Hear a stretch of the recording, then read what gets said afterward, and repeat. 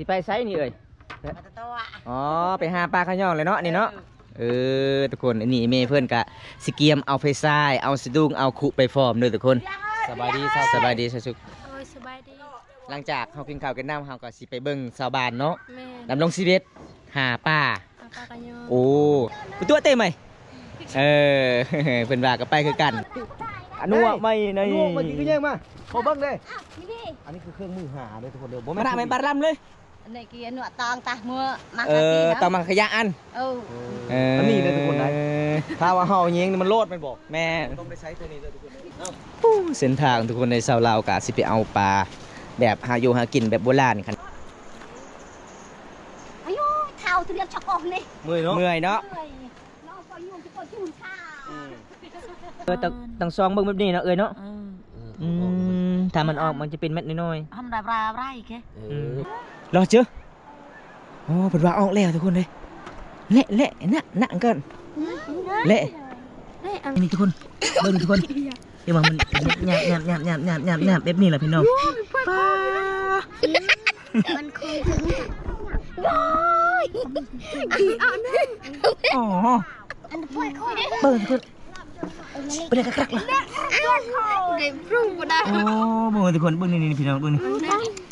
อันป่วยโคแม่ครับ ป้า โอ้ยมัง โอ้ เป็นน้ำในตาย แบบนี้เด้อทุกคนเลยคัก พี่โยมแม่ชงยาวตะโกนนึง โอ้ครั้งแรกในชีวิตนี่แหละทุกคนเห็นบ่อายุเนี่ยไว้เหรอ นี่ทุกคนเห็นบ่ มันโคมันมัน เห็นแจ้งเลยบ่พี่น้องนี่แหละเขาเอิ้นสาวลาวหาอยู่หากินบ้านนอกบ้านนาสาวลาวบ้านคนสี่ทุกคนเขาจะดำรงชีวิตเอาเวลากลางคืนได้อันนี้คือมันออกแล้วพี่น้องมันเริ่มออกเลยทุกคนเริ่มออกแล้วพี่น้องทางสาวหมู่บ้านเด้อทุกคนโอ้ลายเนาะลายอยู่เนาะนี่เนาะโอ้คันมันเห็นแสงเพชรสายมันมาเลยทุกคนมันออกหยาบๆสิ่งที่มีชีวิตตัวเล็กๆอยู่ในน้ำด้วยทุกคนบางคนบ่เข้าใจว่ามันคืออีหยังนี่ล่ะพี่น้องสิ่งที่มีชีวิตมันอยู่เป็นกลุ่มเป็นตอนมันไปเล็กๆคือดินทรายหรือว่าแห่ทรายเลยทุกคนเลยปลาที่เฮาหายากในชนบทเมืองน้องเฮาเซละน้องนี่สุดยอดเลยทุกคนอันนี้น้องสาวเพิ่นก็สิรอถ่าเบิ่งน้องสาวเพิ่นจอบตลอดเลยเนาะเจ้าเนาะ เอาเห็นเลยเด้อทุกคนเห็นแล้วพี่น้องเอาป๋อเพิ่นสอนเลยทุกคนเห็นเลยบ่ แต่มาข้าง เอาอันนี้สาวน้อยเพิ่นสิสอนเลยเด้อทุกคนเลย โอ้ยหยิบรื้อ จะนอนสิตักแล้วพี่น้อง อันนี้มันก็สิเริ่มออกแล้วก็เลยสบายกาสีลองสอนก่อนทุกคน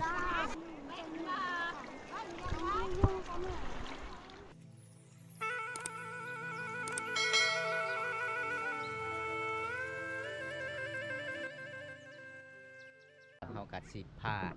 ทุกคนไปรับชมเขาเจ้าหาอยู่หากินพี่น้องสอนปลาขยองบรรยากาศยังแรงหมู่บ้านนี้ทุกคนมื้อนี้เฮาก็ไปกับทีมงานเฮา4คนคือเก่าแล้วก็น้องสุกสาวลาวพาบังกองแล้วก็แก้วเวไลเคยตัวบ่าววงฝ่ามังกองทุกคนเฮาก็สิพา FC นะครับชมวิธีการเอาปลาขยองไป FC หลายๆคนให้เฮาไปตามติดวิธีชีวิตสาวลาวหมู่บ้านนี้เขาเจ้าสอนปลาขยองช่วงนี้ก็บันออกเวลากลางคืนเวลายามต้องค่ำๆทุกคนเลยจังได๋ก็ไปติดตามชมกันล่ะพี่น้องไปสิไปไสนี่เอ่ย มาตะตัว อ๋อไปหาปลาขะย่องเลยเนาะนี่เนาะทุกคนอันนี้เมย์เพื่อนกะสิเกียมเอาไฟทรายเอาสะดุ้งเอาขุไปฟอร์มด้วยทุกคน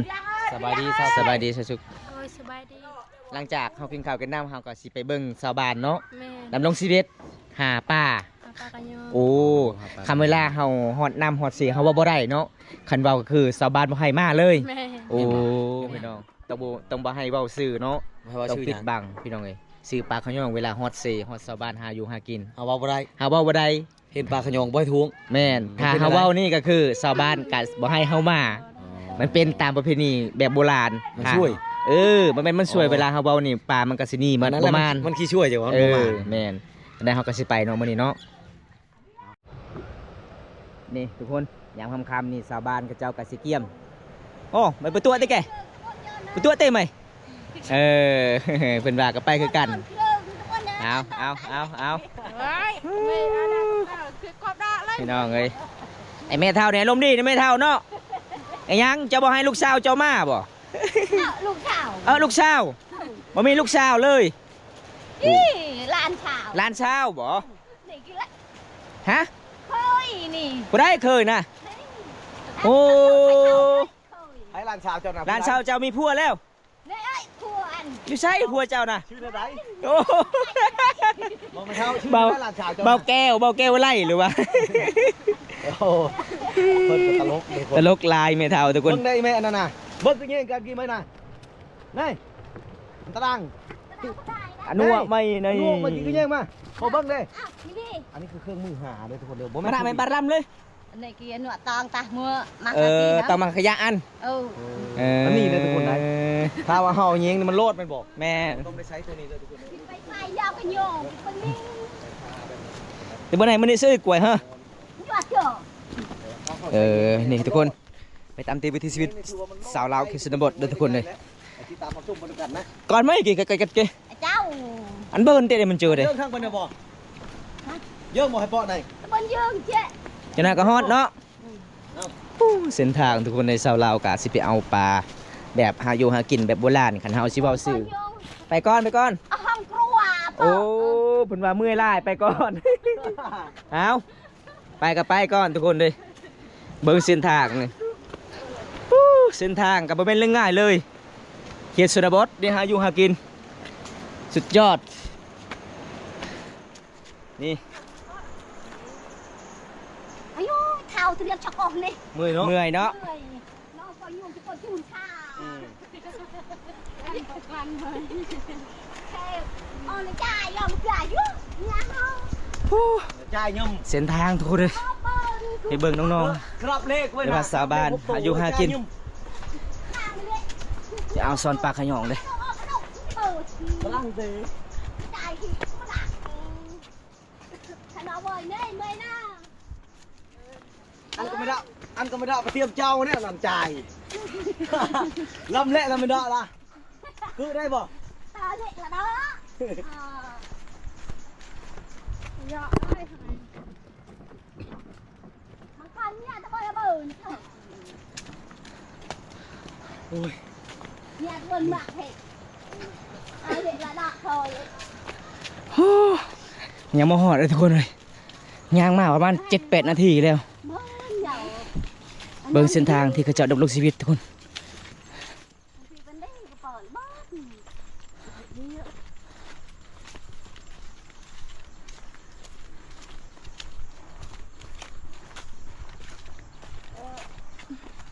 เอาอันนี้เขากาสิหอดนำแล้วทุกคนเอาหอดแขมเสแล้วโอ้สาบานเจ้าผู้ช่วยฮะนักได้เออจับรุ่ยป่ะจับบ้องโอ้บ่เป็นว่ากินบ้องเลยเบิ้งพี่น้องปากของน้องเพิ่นกินดักแด่ปากจนดำ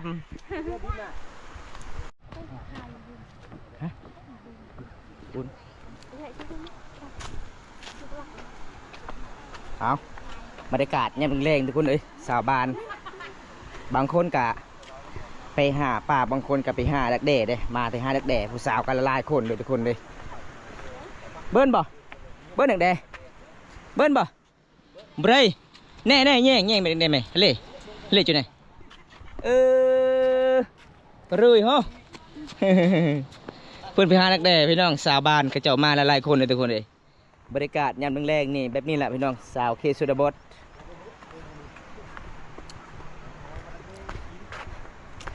คุยเถอะเนาะผู้สาวอันนี้กะหอดมาเลยทุกคนหอดมาที่เขาเจ้ากะไปเอาปลาทุกคนทางสามหมู่บ้านตอนนี้เขาเจ้ามายังมาทันในหลายเทือเลยทุกคนยังมาทันในหลายเขาเจ้าก็เลยรอทาให้มันออกให้ปลาออกก่อนหลังจากนั้นกะเขาเจ้าก็จึงมาสอนหอดประมาณ6:30แล้วก็จนหอด10 โมงกลางคืนเลยทุกคนเขาเจ้าจึงกลับได้อันนี้เขาเจ้าก็รอทาชาวบ้านยังมาทันมาหลายนี่ละบ้านเฮาดำรงชีวิตบางคนก็ใส่หมองยังมาบ่หลายเนาะชาวบ้านเนาะโอ้อันนี้คือชาวบ้านยังมาบ่หลายเลยทุกคนเขตชนบทบ้านเฮา ได้แก้ว เสียอะไรนี่ เอาจากเอาแก้ว เอาเบียร์ให้ไปทาน แก้วพระจากแก้ว เรียไปเนาะไปเรียไปเงี้ย ฮะ เรียไปเงี้ย ไปหลอดผ่านอะไรรถแข่งรถ เรือจ่าเอ้ย นั่นตะเกยเฮิมฮะ ใช่นั่นตะแคงเชือกก็เลือกก็จะเบิ้ลคอยคิดเข้าใจ สุดยอดเลย แอนแถวเลย อันแปลกเลยตะเกยเฮิมเลย ไปนักก็ได้มาเช่าเอง อันนี้คือแม่เพิ่นกะมาเลยพี่น้องผู้สาวมาละลายคนเขาเจ้าหาอยู่หากินบรรยากาศยำแรงพี่น้องเลยมาคักเนาะสาวน้อยจะเอาไปใส่ในหน้าผากเลย เป็นไรสุกอันนี้เป็นฮอดจุดหมายเลยเนาะตอนนี้ยังไม่ฮอดเวลาบ่ก็เลยสบานกับบ่ได้ลงเนาะโอ้ทุกคนสาวบ้านเขาเจ้าก็รอถ่าได้เบิ่งผู้สาวก็มาอีกสาวพุทธก็มาอีกพี่น้องได้บ่บ่ได้ก็อยากได้เงินอยากได้คำพอได้ซื้อเกลือปิ้งนัวใส่เวียกไอ้พ่อยไอ้แม่เด้อทุกคนสาวลาวโอ้สาวพุทธกับสาวตำรวจก็มาเนาะอ๋อมื้อนี้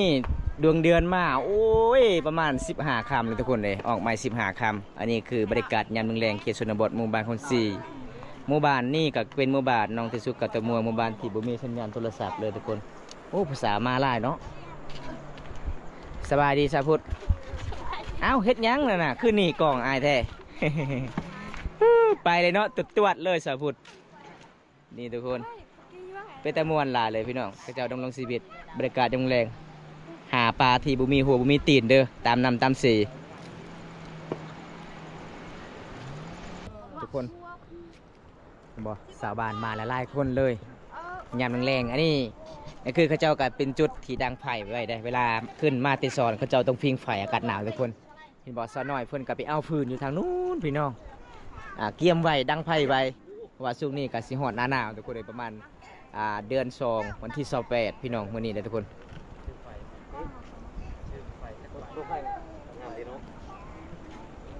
ฮะเบิ่งทุกคนเลยสาวน้อยนี่ขยันเต้นน้อยเลยเด้สาวลาวเคสนบทนี่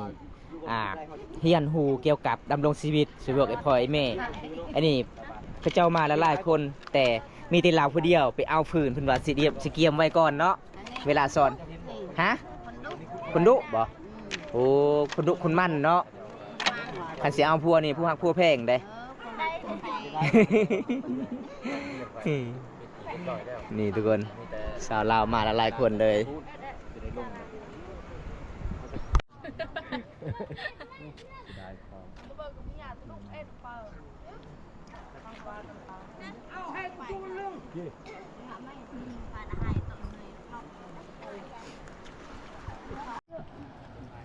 จังนี้สิเกียมแล้วเนาะแม่เนาะสิเกียมถามมันออกกะไดซอนถามมันออกกะเมื่อเอาทุกคนอันนี้ผู้ใดกะสิเริ่มจับละสะดุ้งไฟสะดุ้งมันสวิงไฟสวิงมันเด้อทุกคนบางคนกระทุคุบางคนกระทือกระท่องไปน้ำบางคนกระทือกระยั่งไปน้ำเอ้าเมื่อนี้ถ้าผู้ใดหีบข้าวหีบน้ำกระทือน้ำไปน้ำทือข้าวไปน้ำกินข้าวอยู่น้ำเลยทุกคนได้กินข้าวปลาอันนี้คือเป็นครั้งแรกเด้ที่บอมตากะสิได้ถ่ายก็คือได้ปีนี้พี่น้องได้เห็นสาวลาวดำรงชีวิตแบบหาอยู่หากินแบบโบราณคันเฮาสิเว้าชื่อเสียงโด่งดังกะป่าที่สาวลาวสอนชนบทสอนหมู่บ้านนี่สอนเขาเจ้าบ่ให้เว้าทุกคนบ่บอมตากะสิเว้าตอนเป็นบอมตาเปิดคลิปล่ะพี่น้องนี่สาวลาวกะหาอยู่หากินตามธรรมชาติตามห้วยตามห้องเป็นสายเซละน้องในเมืองน้องเฮาเพียงส่วนในเขตป่าเล็กๆนิดหน่อยเลยในเมืองน้องเฮาทุกคนป่าหายากในประเทศลาวมีแต่จุดนี้มีเด้อทุกคนเลย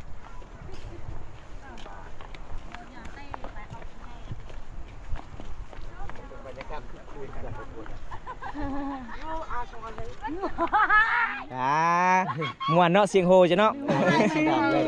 มื้อนี้จะสิมาแล้วมื้อนี้นะเจ้านี่มีคน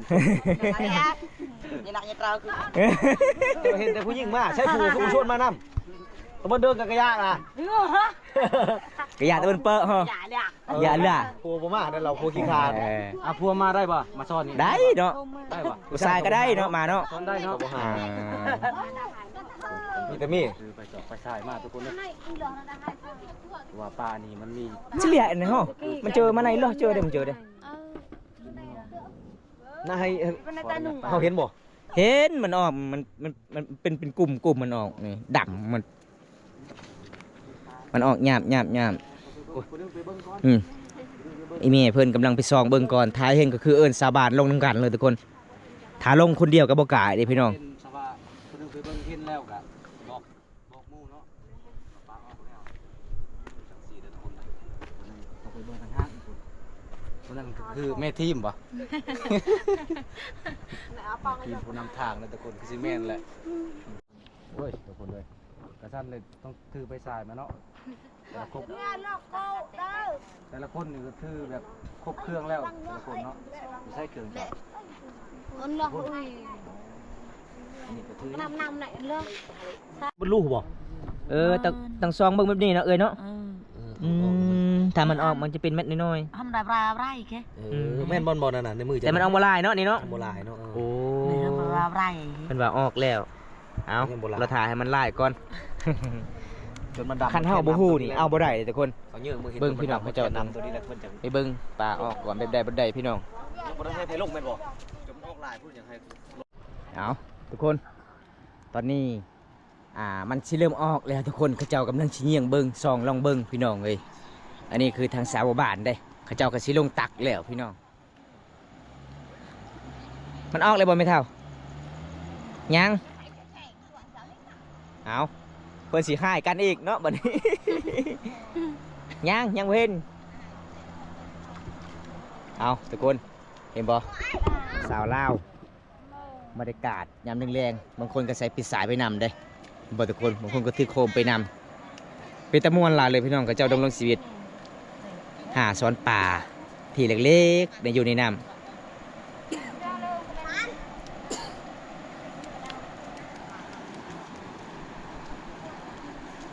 ไปทุกคนไปเบิ้งสองสาวพี่น้องสาวน้อยสองคนเขาเจ้าก็สิไปจอบลังเบิ้งได้แบบใดพี่น้องหน้าตาด้วยทุกคนรอเชื่อบ่อายุฮะรอเชื่อโอ้เป็นว่าออกแล้วทุกคนเลยเละหนักกันเละ đấy ăn cơm làm lại โอ้มันกระสืออุ้ยเนี่ยนะโอ้นี่เลยทุกคนเลยเป็นหน้าตาแบบนี้พี่น้องนี่เห็นบ่ทุกคนโอ้มันก็กลุ่มๆฮะ đi khô hai kia lúc quay khô hai cái เบิ่งทุกคนเลย cắt đau เต็มเลยเนาะสีดำหมดสีแดงสีขาวนี่แหละทุกคนเห็นบ่ไปเลี้ยงเลยจุดไหน ngay แบบนี้พี่น้องนี่ chân lúc quay khô một cái นี่ทุกคนเบิ่งทุกคนเดี๋ยวมันหยาบแบบนี้แหละพี่น้อง มันkhô rồi ăn อ๋อ ăn quay khô เบิ่งทุกคนเป็นอะไรกักๆล่ะ để rung vào đây โอ้เบิ่งทุกคนเบิ่งนี่พี่น้องเบิ่งนี่ ăn quay khô mà อ๋อ trời lắm mà โอ้ เป็นน้ำในตาย แบบนี้เด้อทุกคนเลยนาย ôn lại giờ nào nó to รอเจอเลย ให้ตัวเริ่มไม่ เห็นไหม จะตัวเลยยกเบนดูมาโอมาอย่างเงี้ย เต็มเลยไปเลี้ยงมูจุดไหนเลี้ยงมูจุดไหนไม่จิไหนไปไหนอ๋อทุกคนนี่ทุกคนเห็นปะ สิบลูกก็เนื้อตา นี่หน้าตาเป็นแบบนี้เลยทุกคนเปลี่ยนกี้ก็เปลี่ยนโทรศัพท์เย้ เ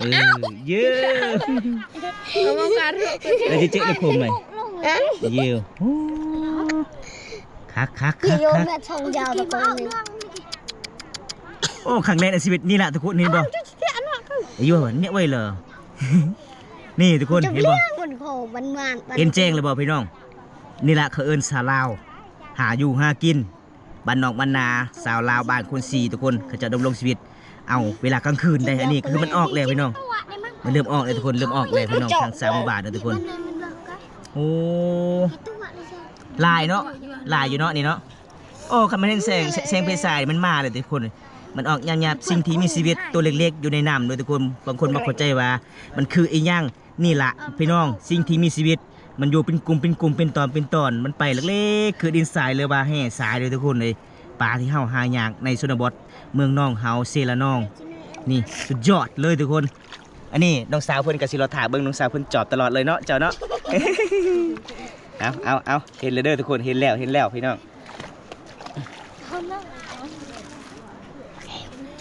ไปเลี้ยงเลยจุดไหนนะจุดไหนเหรออันเดียวเลยนี่ว้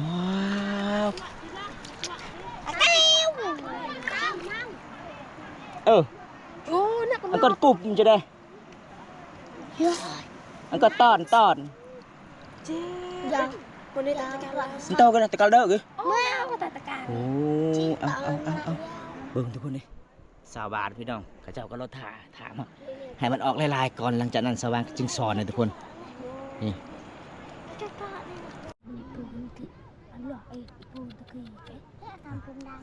โอ้ยมีพุงดัง ไปไหนน้ำพุงด่าง พุงดังเอาไว้แล้ว เละน้ำพุงด่าง ความคือมันแจ้งให้ตัวที่อยากให้เลย เอาป๋อปุ่นสอนเลยทุกคนเห็นเลยบ่ แต่เอามาข้าง เอาอันนี้สาวน้อยเพิ่นสิสอนเลยเด้อทุกคนเลย โอ้ยหยิบรื้อ เอาเบิ่งสาวนอนสิตักแล้วพี่น้องอันนี้มันก็สิเริ่มออกแล้วก็เลยสาวบ้านก็สิลองสอนก่อนทุกคน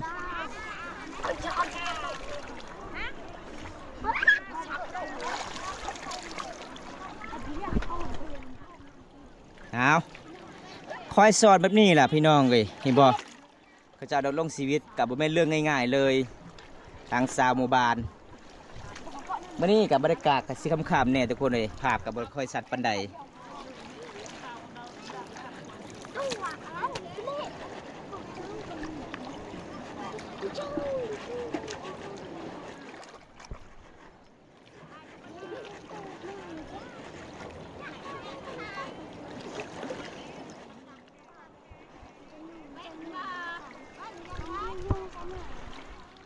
นั่นนี่แต่เป็นกสิตกดินแหละพี่น้องประมาณ6:30 นาทีเด้ชาวบ้านก็สิเริ่มลงแล้วเด้อทุกคนนี่เห็นบ่บางคนก็ถือไปสายพายไปสายมันเลยอากาศยามค่ำคืนมื้อนี้ทางสาวหมู่บ้านคน4เขาเจ้าก็สิไปเอาป่าจุดนี้พี่น้องมาสอนเห็นบ่บางคนก็สิลงเลยทุกคนนี่เป็นตะมวนหลายเลยพี่น้องเห็นแล้วก็โอ้ยสุดยอดหลายเลยทุกคน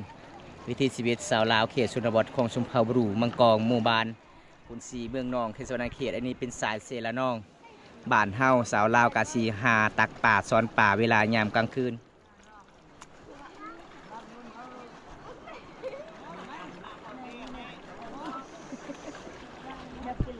ไหนล่ะ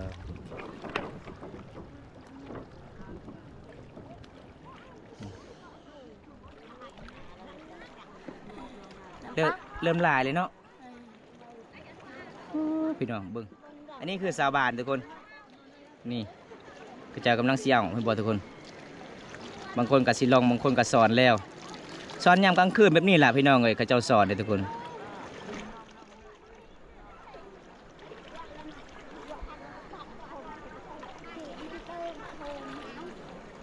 เอาเขาเจ้าสิเริ่มลึกแล้วเนาะในน้อยสอนน้อยเริ่มลึกแล้ว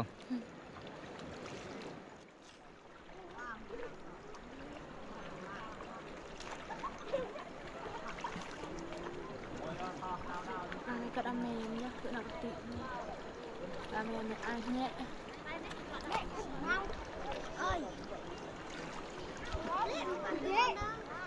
ไม่ได้คอมเพ แต่ละมือแต่ละวันแบบนี้ตลอดสบานซอนบ่สะสม แมน โอ้เป็นตะมวนเนาะโอ้หาเงินเวลากลางคืน แมน อย่างกลางเวรก็เฮ็ดให้ทางให้สะหน่อยเริ่มได้ลายแล้วสะหน่อย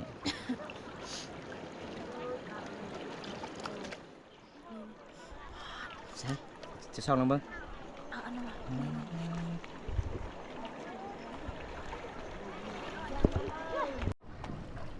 มันออกว่าสิชุงเอาทุกคนเด้ยอันนี้คือน้องสาวเพิ่นก็สิสอนให้เด้อพี่น้อง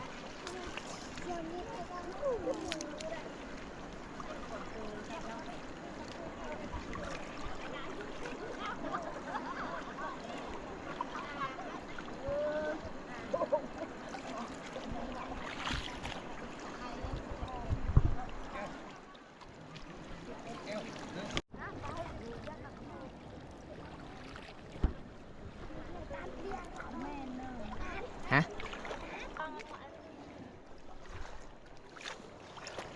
อ๋ออยู่บ่เอาอันนี้มันน้องเพื่อนกับสิสอนให้ทุกคนเลยเพิ่มบ่ลองสิออกอยู่เนาะ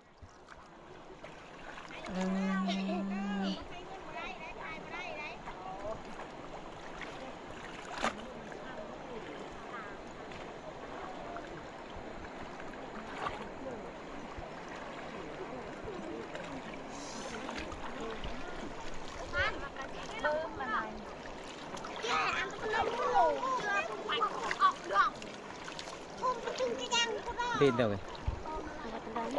ฮะ Angkat tentang le. Hah? Chị mua ly. To mía chỗ này, anh này ơi, to pran mà chỗ này.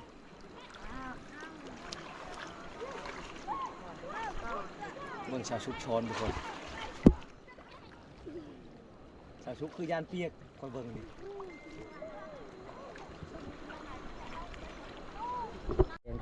บ่แม่นบ่มีดอกไฟบ่มีเงินซื้อ ดอกไฟมันแพงเนาะโอ้ยสามบุญบังไผ่เขาเจ้าลิ้นอยู่ในน้ำทุกคนเลยซ่อนป่าหาป่ากับเวลากลางคืน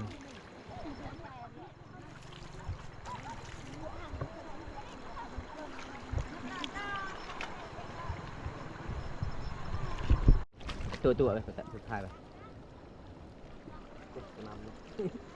เบิ้งสุกๆพงานเจ้าเบิ้งอยู่ไสอยากลองเบิ้งโอ้มันถ้วยใหญ่เลยเนาะปลาน้องสอนข้าวเดียวได้ประมาณถ้วยใหญ่ขันสิขายได้เนาะ30,000 กีบเนาะโอ้เบิ้งทุกคนสาวบ้านกำลังสีเอาหยาบๆอยู่เลยทุกคนเลยเอาปลาเวลาอย่างกลางคืน Kami sosok kayak ini. ให้แม่บอสอนบอโอ้เอากะสีกลับบ้านเนี่ยทุกคนเลยเพราะว่าชาวบ้านเขาจะเอามาหลายคนเมื่อนี้ทางสาวมาบ้านเลยเขาจะไปเอาปลากลางคืนเลยทุกคนเอาทุกคนจะได้บอมตากะสิปิดคลิปไปสนิทก่อนพี่น้องมื่อนี้บอมตากะสิพา FC เดี๋ยวรับชมวิถีชีวิตชาวลาวชนบทลาวหมู่บ้านคนสีเมืองนองเพชรนาเขตเป็นชนเผ่ามังกรเขาเจ้า